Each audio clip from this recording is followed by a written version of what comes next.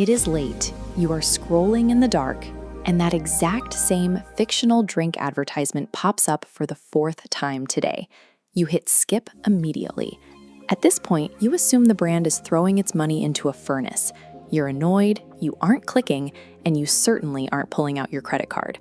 But the advertiser is well aware that you are ignoring the link. The lack of a click does not represent a failed campaign. While you feel like you've won by hitting that button, your irritation is actually the sign that a bridge is being built into your long-term memory. The campaign succeeded the second you recognized what you were skipping. They are banking on your memory lasting much longer than your anger. The moment that repetitive video appears on your screen, a cognitive mechanism called the mere exposure effect kicks in. Even during the fraction of a second it takes your thumb to dismiss the video, your visual cortex involuntarily captures the brand's core colors and shapes. Your brain operates on an evolutionary mandate to conserve calories, which means it favors things it already recognizes. This is processing fluency, the mental ease of perceiving familiar information. When you encounter a completely unknown brand, your brain expends actual energy analyzing its letters, deciphering its packaging, and evaluating its category. With a familiar brand, the logo registers instantly. The packaging shape and the specific color palette are categorized without a single conscious thought. Your brain translates this lack of mental friction into a subconscious feeling of safety and preference. In 2019, researchers tested how consumers process heavily repeated advertising campaigns over time, and they documented a strange biological quirk. This graph tracks two distinct mental responses. The spiked red line represents active alliance, while the steady blue line represents brand memory.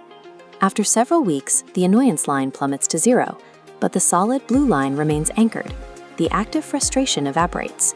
You are left with a preserved memory of the brand's name and colors, but you have forgotten that the advertisement used to drive you crazy. There is a strict mathematical limit to this tactic. This inverted U exposure curve shows that after the peak of familiarity, there is a sharp downward slope where the brand becomes overexposed and actually loses its advantage.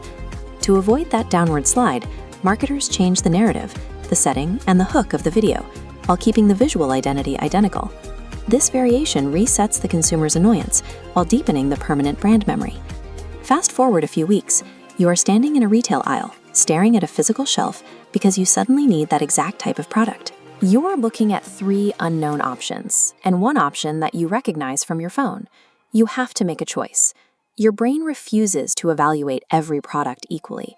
To save energy, it instantly narrows the choices down to a tiny, exclusive group called the consideration set.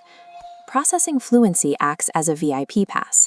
The heavily advertised brand bypasses your critical filter and slips into that final group, while the unknown alternatives are ignored. In the absence of research, your brain takes the path of least resistance and chooses the familiar option by default. This psychological leverage has limits. Mere exposure cannot rescue a terrible product or cover up flawed engineering. Advertising builds the initial recognition, but customer experience and independent reviews determine what that familiarity actually means. Before reaching for the recognizable name, ask yourself, am I choosing this because it is better or because it is easier to process? Pausing for that second forces your brain to separate the physical evidence of product quality from the artificial warmth of mere recognition. That repetitive advertisement never needed your love on a Tuesday. It only needed your memory when the buying moment arrived on Sunday.